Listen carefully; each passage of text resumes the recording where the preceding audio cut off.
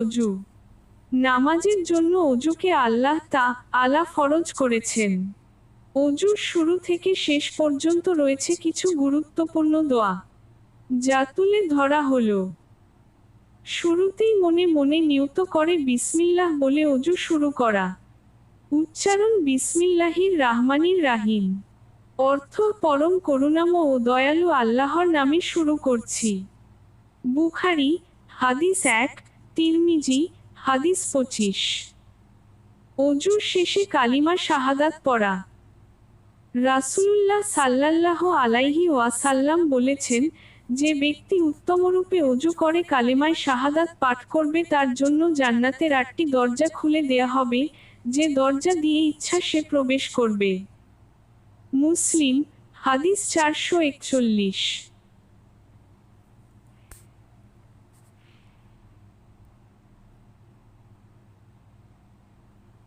উচ্চারণ আশহাদু আল্লা ইলাহা ইল্লাল্লাহু ওয়াহদাহু লা শারিকা লাহু ওয়া আশহাদু আন্না মুহাম্মাদান আবদুহু ওয়া রাসূলুহু।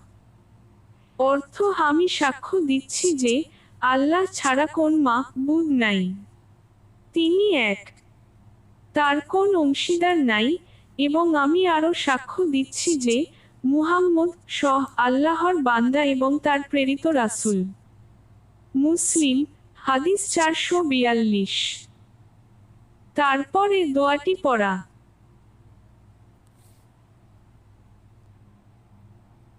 উচ্চারণ আল্লাহুম্মা জালনি মিনাত তাওয়াবিনা ওয়া জালনি মিনাল মুতাতাহহিরিন।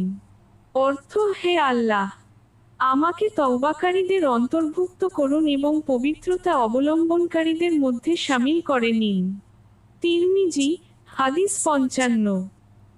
সুতরাং আল্লাহ তাআলা অজুর সময় উক্ত দোয়াগুলো পড়ার মাধ্যমে দুনিয়াতে উত্তম রিজিক, মৃত্যুর পূর্বে গুনাহ মাফ এবং আখিরাতে জান্নাত লাভ করার তৌফিক দান করুন।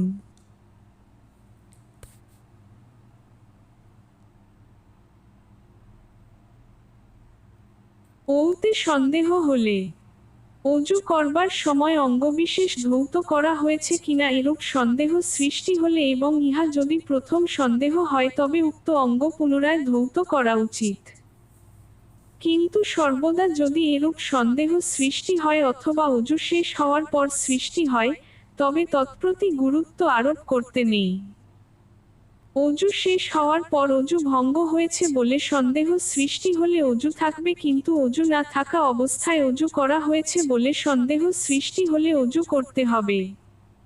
নুরুল ইজাহ তাহবি।